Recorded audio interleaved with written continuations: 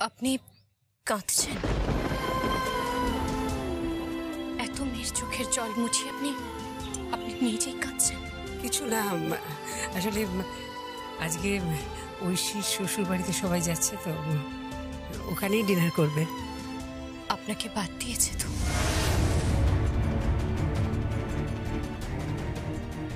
না না, আমি তো ব্যস্ত থাকি, অনেক কাজে ব্যস্ত থাকি। আজই তো অনেক কাজ আছে। আমি চলি। কেমন রাতের খাওয়া দাওয়া? একবেলা না খেলে কিচ্ছু হবে না, চলি। ও, তুমি কোথায় যাবে? তোমাকে ড্রপ করে দেবো, চলো। আমি না না, আপনি যান, আমি ঠিক চলে যাব। সাবধানে যেও।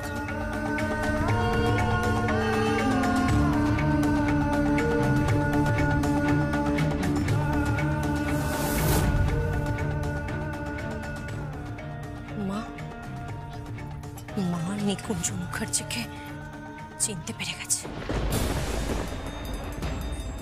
আমার সামনে না চেনার ভান করল, কিন্তু নিকুঞ্জ মুখার্জি তো সারা পৃথিবীর কাছে মরিত। সে লোকটা বেঁচে আছে। আর এই নিকুঞ্জ মুখার্জি মাকে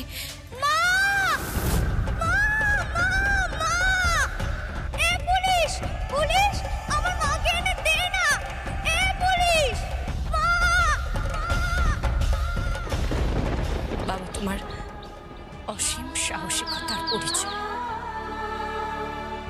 আমি মাতৃহারা হয়েছিলাম, আর অনেক বছর পর আমি তাকে ফিরে পেয়েছি। বাবা, আমি মাকে আর কাজ ছাড়া করবো না বাবা। কিন্তু ওই নিকুঞ্জ মুখার্জি, ওই লোকটা কি মানসিকভাবে অসুস্থ নাকি?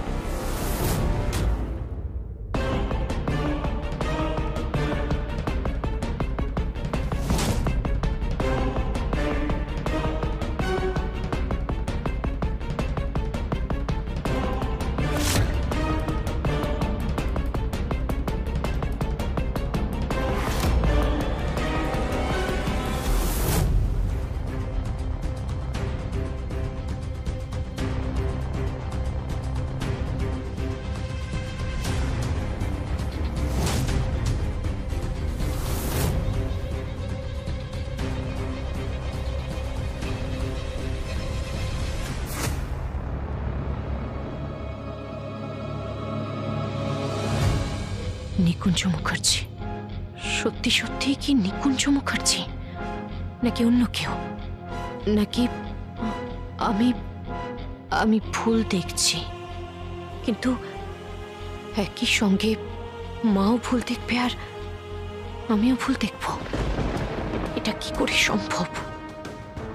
কিন্তু লোকটা বেঁচে আছে, অথচ উনি মৃত সেটা সারা সমাজ জানে। এমনকি উনি পুরস্কার পর্যন্ত পেয়েছেন, মরণোত্তর পুরস্কার। উনি নাকি লড়তে লড়তে মারা গিয়েছিলেন। সে বেঁচে আছে, বেঁচে আছে। কাউকে খুঁজছেন ম্যাডাম? কে?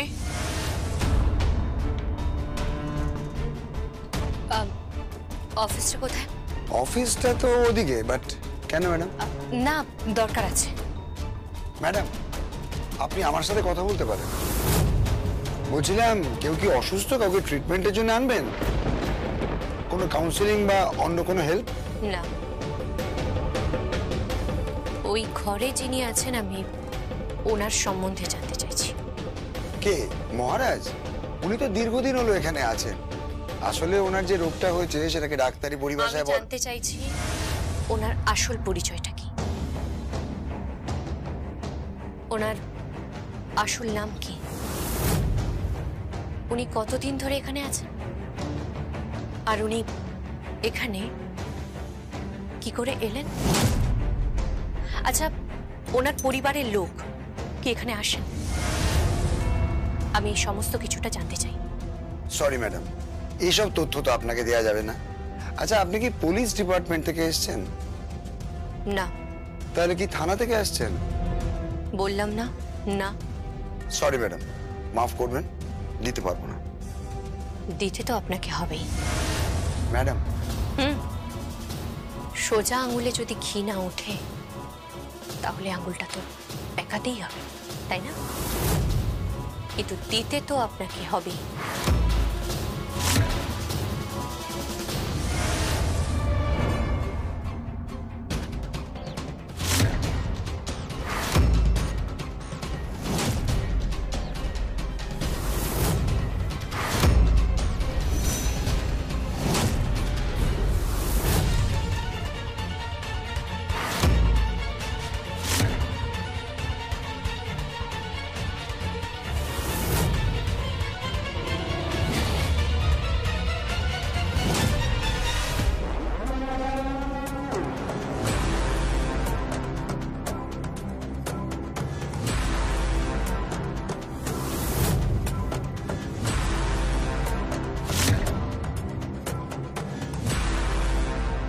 স্যার,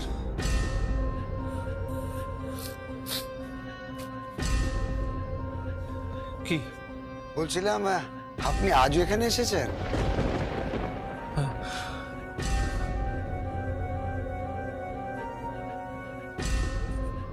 উনি উনি কি এখনো অসুস্থ? ইনফ্যাক্ট সুস্থ হবার কোনো সম্ভাবনাই দেখছি না। উনি নিজেও যেন চাইছেন না সুস্থ হতে। আজ ওনার জন্মদিন, প্রত্যেকবারের মতো তাই কেক দিয়ে গেলাম। আপনারা সবাই সেলিব্রেট করবেন। কিন্তু স্যার, আপনি কেন থাকেন না? আমি থাকি না কারণ কি? আমি চাই না ওনার খোঁজ নিতে এখানে কেউ আসে, সেটা কেউ জানুক। আমি আসি। আজ কিন্তু একজন এসেছিলেন। কি? ওনার খোঁজ নিতে। কি নাম তার? নাম তো জানি না, তবে একজন মহিলা। ইনফ্যাক্ট মেয়েও বলতে পারে।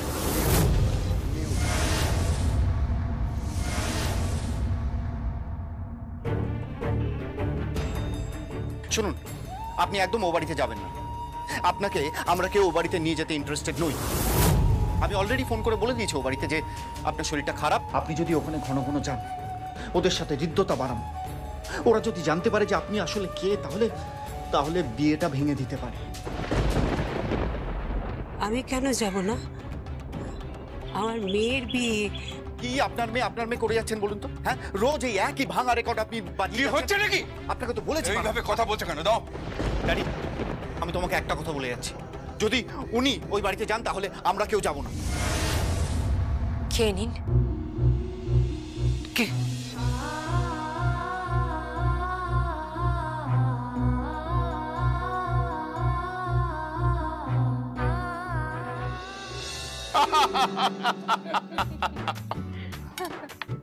রবীন্দ্র সাহিত্যে নারী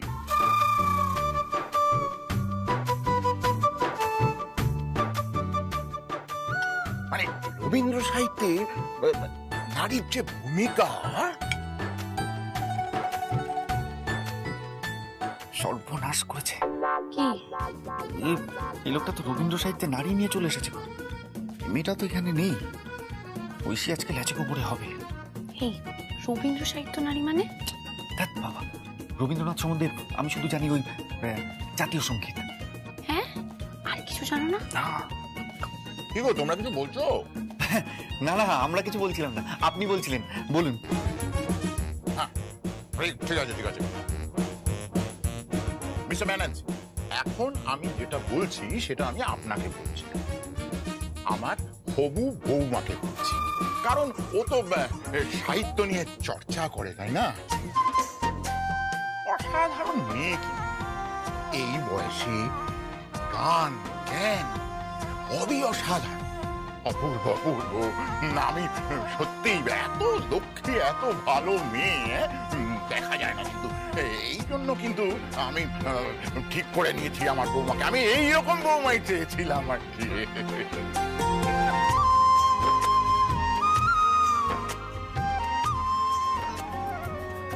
বাবা বলছি, এবার একটু চুপ করো, সবাইকে খেতে দাও।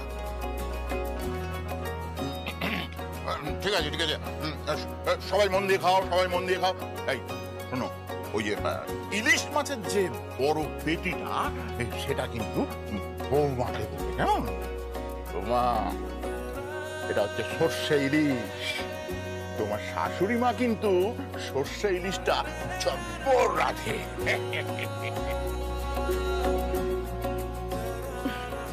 ও তো খুব ভালো সর্ষে ইলিশ করে, কি তাই তো? না মানে হ্যাঁ হ্যাঁ হ্যাঁ হ্যাঁ, করে করে করে বটে।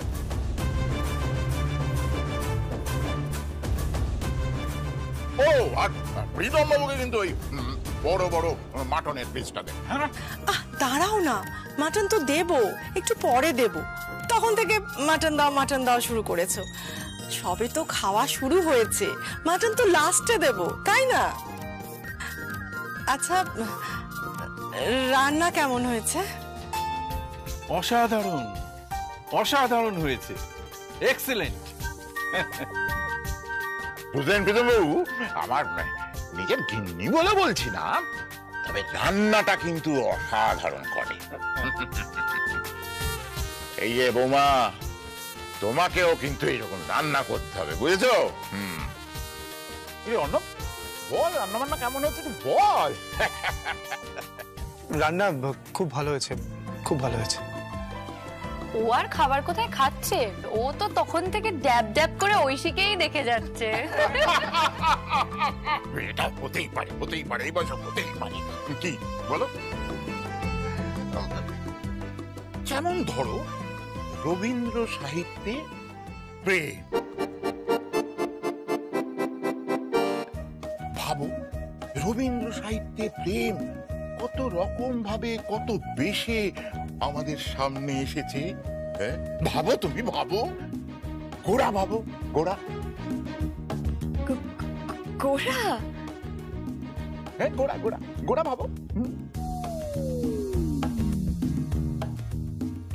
হ্যাঁ, আসলে গোড়া তো আমার ক্লাসমেট ছিল।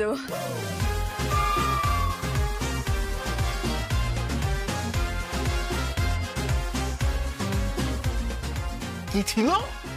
ক্লাসমেট গোড়া চৌধুরী। ও খুব ভালো ক্রিকেট খেলতো আর সৌরভ গাঙ্গুলির ফ্যান ছিল।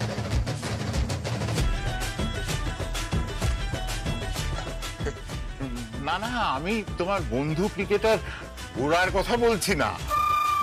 আমি বলছি যে মানে আমি রবি ঠাকুরের উপন্যাস গোড়ার কথা বলছি।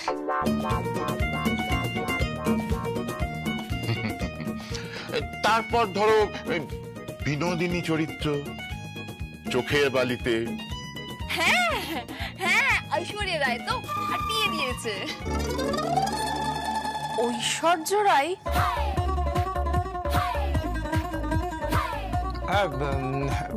হ্যাঁ বাবা, ঐশ্বর্য রায়। তিনি কি? অভিনেত্রী। আরে বাবা, আমি তো অভিনেত্রীর কথা বলছি না,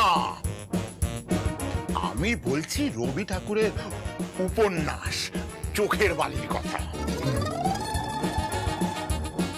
হ্যাঁ হ্যাঁ, উনি তো চোখের বালি উপন্যাসের কথা বলছেন, এখানে অভিনেত্রী কোথা থেকে আসছে? বাবা, ঐশ্বর্য রায় সুপারস্টার, বাবা সুপারস্টার, হিন্দি সিনেমা জগতে 1 নম্বর নাম। অমিতাভ বচ্চনের পুত্রবধূ, অভিষেক বচ্চনের ওয়াইফ। এরা কারা? ঐশীর সঙ্গে না এবার ভদ্রলোকের খুনোখুনি লেগে যাবে। একদম ঠিক বলেছো, লেগে যাবে তো, লেগে যাবে তো। তো সারাক্ষণ শুধু সিনেমার মধ্যেই রয়েছে, হলিউড আর বলিউড। আর ইনি জিজ্ঞেস করছেন অভিষেক বচ্চন কে, অমিতাভ বচ্চন কে, ঐশ্বর্যা বচ্চন কে? তোমরা কি কিছু বলছো? না না, আমরা কিছু বলছিলাম। ঠিক আছে ঠিক আছে। এই যে বোমা, আমি কিন্তু জানি তুমি মজা করছো, রসিকতা করছো, তাহলে এবার আমরা বঙ্কিম নিয়ে আলোচনা শুরু করি। বঙ্কিম, হ্যাঁ, দুরাদশ চক্র নিভস্য তন্নি। না, তারপরে তো আমি বলবো না, এরপরে তুমি বলবে। তুমি? খেয়ে নিন। আমি জানি আজ সারা রাত আপনি না খেয়ে থাকবেন, অভিমান করে। কষ্ট হয় না?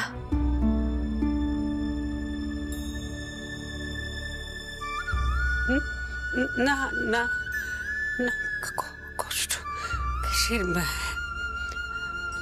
ছেলেমেয়েরা বড় হয়ে গেলে একটু অন্যরকম হয়ে যায়, বুঝেছ? আচ্ছা, তুমি কেন এখন এখানে এলে বলো তো? মা না খেয়ে থাকবে আর মেয়ে না এসে পারে?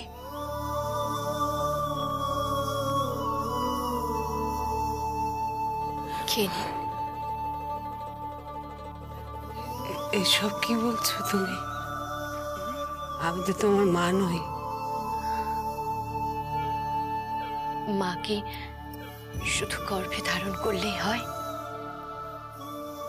যে নারী, সে তো জন্মসূত্রেই মা। এত ভালো কথা বলো তুমি। আপনি খেয়ে নিন না, আমি নিজে হাতে রান্না করে নিয়ে এসেছি। বলছি যে তোমার পরিবারের সবাই জানে? কে জানে কে জানে না দরকার নেই। আমি শুধু এই মুহূর্তে জানি একজন মা সে না খেয়ে আছে, তাই না? খেয়ে নিন না, খেয়ে নিন। তুই কি আর জন্মে আমার মেয়ে ছিলি গো?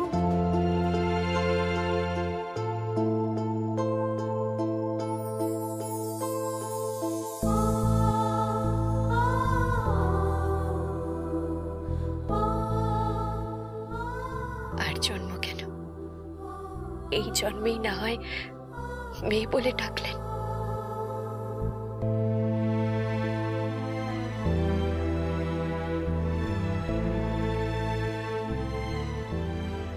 আর আপনাকে আমাকে মা বলে ডাকার অধিকার দিলেন।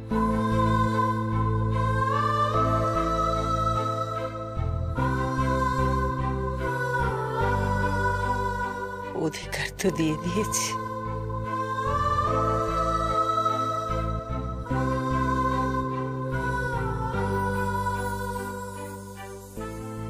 তুমি আমার মা বলে ডেকো, মা বলে ডেকো, মা বলে ডেকো, মা বলে ডেকো, মা বলে